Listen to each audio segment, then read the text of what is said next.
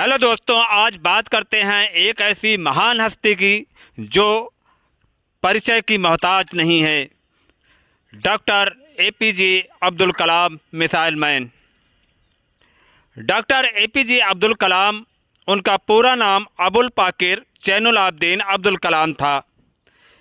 उनका जन्म 15 अक्टूबर 1931 को मद्रास प्रेसिडेंसी के रामेश्वरम में हुआ था और 27 जुलाई 2015 को शिलोंग में उनका निधन हो गया।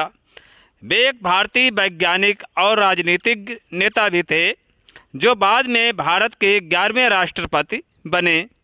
उन्होंने भारत के मिसाइल और परमाणु हथियार कार्यक्रम के विकास में महत्वपूर्ण योगदान दिया। डॉक्टर एपीजे अब्दुल कलाम का जन्म एक गरीब तमिल मुस्लिम परिवार में हुआ था।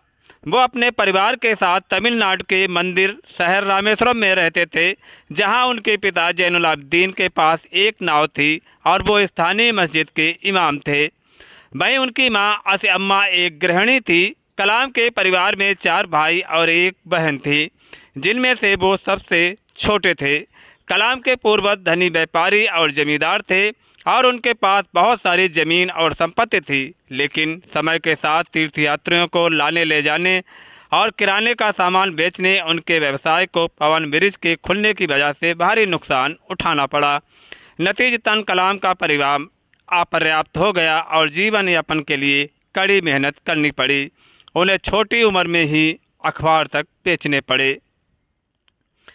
अब एक नज़र डालते हैं डॉक्टर कलाम की शिक्षा के ऊपर। डॉक्टर एपीजे कलाम को स्कूल में औसत ग्रेड मिले थे, लेकिन वो बहुत मेहनती थे और सीखने की उनकी इच्छा बहुत प्रबल थी। उन्होंने पढ़ाई में बहुत समय बिताया और गणित में उनकी विशेष रुचि थी।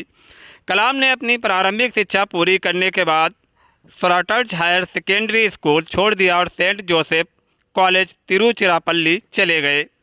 सेंट जोसेफ कॉलेज से उन्होंने 1954 में भौतिकी में स्नातक की उपाधि प्राप्त की। वे 1955 में मद्रास इंस्टीट्यूट ऑफ टेक्नोलॉजी में एयर स्पेस इंजीनियरिंग की पढ़ाई करने के लिए मद्रास चले गए। कला में स्नातक होने के बाद 1960 में DRDO के वैज्ञानिक विकास प्रतिष्ठान में वैज्ञानिक के रूप में शामिल हुए।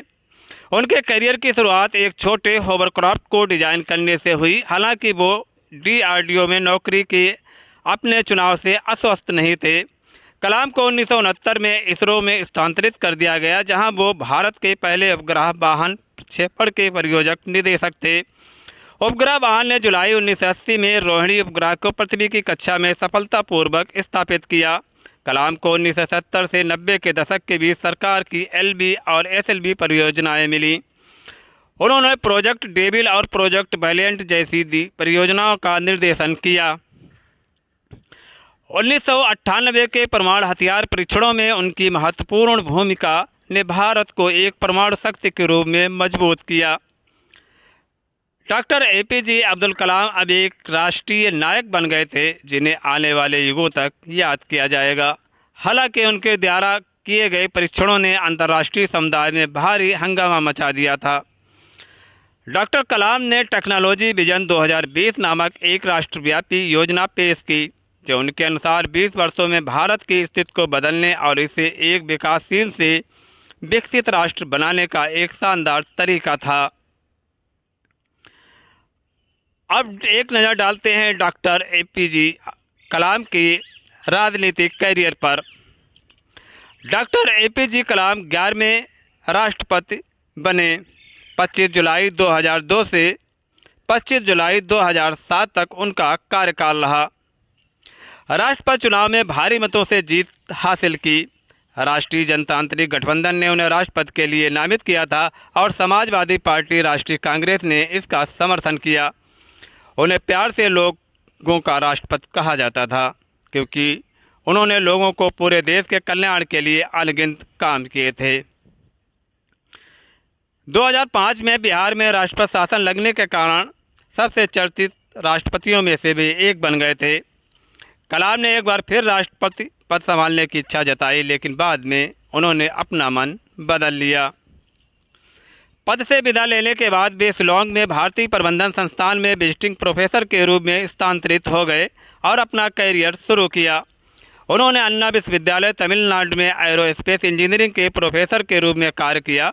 उन्होंने अपनी उपस्थिति और ज्ञान से भारतीय संस्थान इंदौर, भारतीय संस्थान बेंगलोर जैसे शैक्षणिक संस्थानों को भी रोशन किया।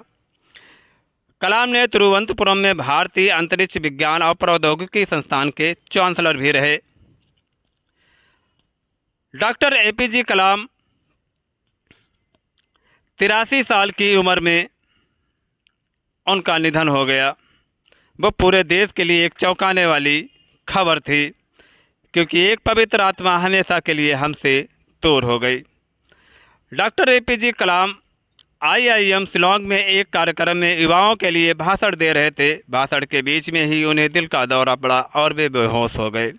हालांकि उन्हें शिलांग के सबसे अच्छे अस्पताल में भर्ती कराया गया, लेकिन डॉक्टरों ने उन्हें बचा नहीं पाया। अपनी जीवन यात्रा के दौरान कई पुरस्कार प्राप्त किए और कई उपलब्धियां हासिल की। डॉक्टर कलाम को 1981 में प्रतिष्ठित पद्म भूषण पुरस्कार से सम्मानित किया गया। 1997 में उनको भारत रत्न से सम्मानित किया गया और उसी वर्ष उन्हें राष्ट्रीय एकता के लिए इंदिरा गांधी पुरस्कार से सम्मानित किया गया।